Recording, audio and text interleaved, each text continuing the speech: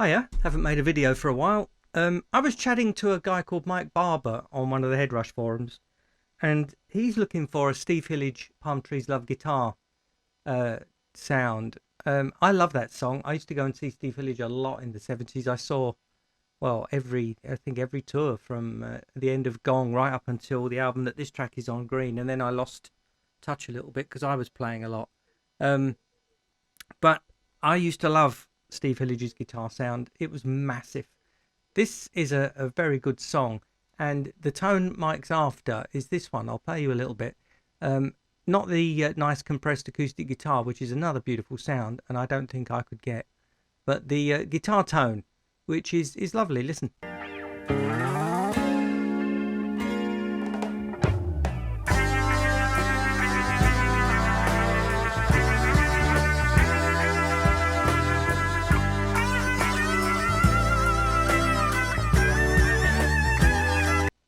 Typical Hillage, covered in echo.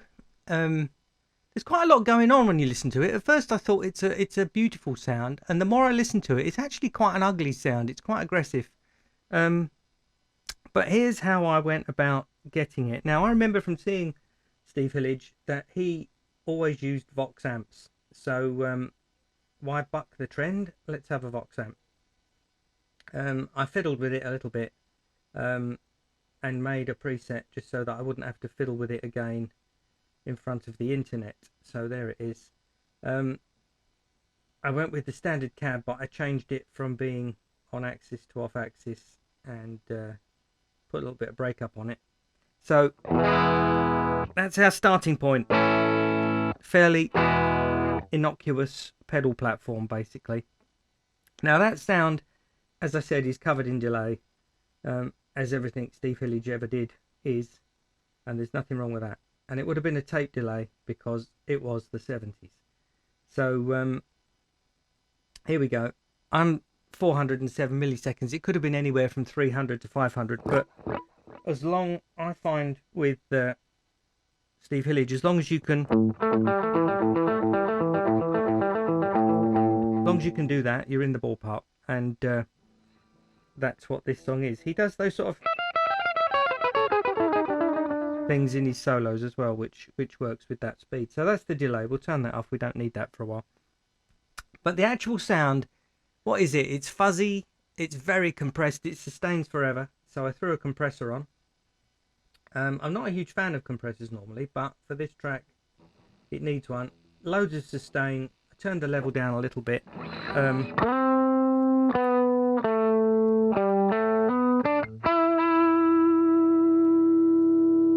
Hear the compressor turning up. But there we go. We've got the sustain that sustains for days. And it's distorted. Quite a sort of transistory distortion. I went through the older distortions, the Tri-Fuzz, the MXR, but I landed up on the Boss distortion because it's got a tone control. Now, can we live with that hiss? I don't think we can. Let's turn... I usually leave my noise gate off because I don't like noise gates. But for the sake of this recording, let's turn it on. Okay. Right, so now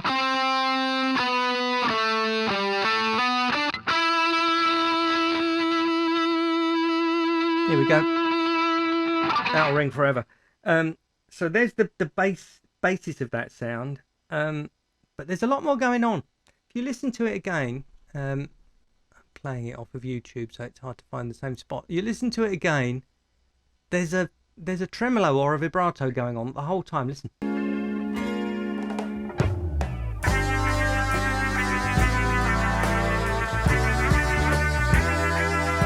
You hear it going all the time.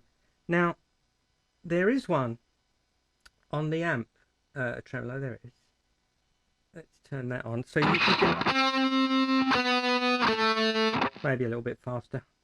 I started off using that, but then I realised that by having the tremolo on the amp, it was coming after the delay, and I think you want it before the delay. So I went for the air vibe in here at about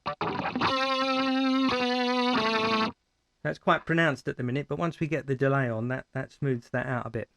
There's still something missing from the sound. Listen again. Back to our little...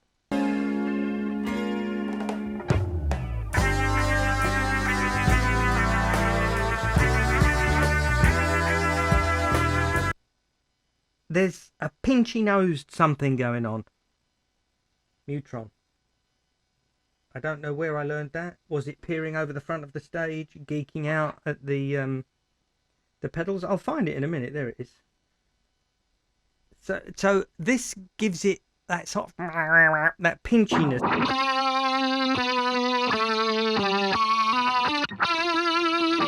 So with the delay.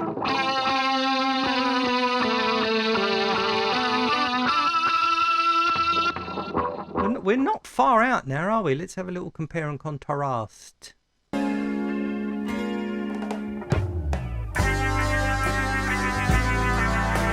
Why, you've got that in your head?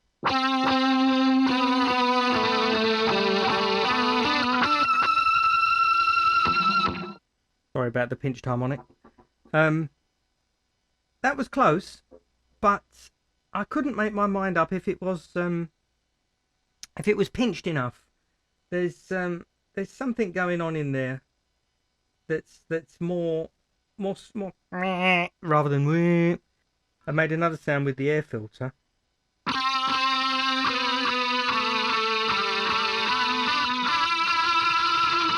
I couldn't figure out which one I liked best.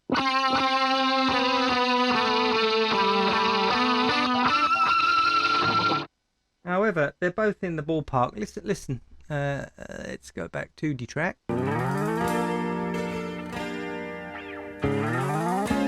Here he comes.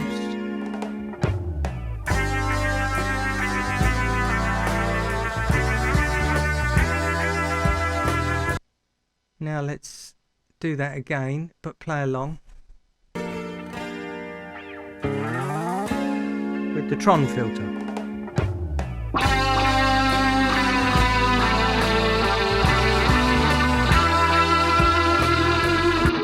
So I don't think that's too bad. Let's try that again, but with the air filter. There's a lot of extraneous noise, but we are in the 70s.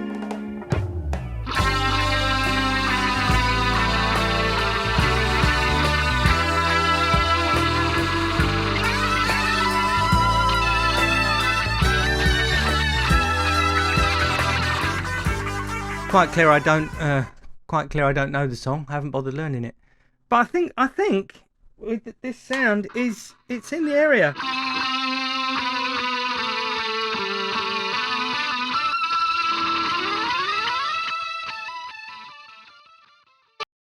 So that's where we are with this.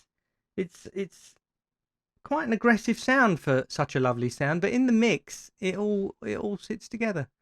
So that was Steve Hillage, Love Guitar. Oh, incidentally, I wrote to Steve Hillage on Facebook. He's one of my Facebook friends. We've never communicated, but in the early days of Facebook, you would accept anybody, and he accepted me. And I wrote to him yesterday, and I said that I was going to make this video, and could he give me any hints on what he used? And I didn't get a reply. So there you go. You write to me, you get a reply. I write to Steve Hillage, nada. Story of my life.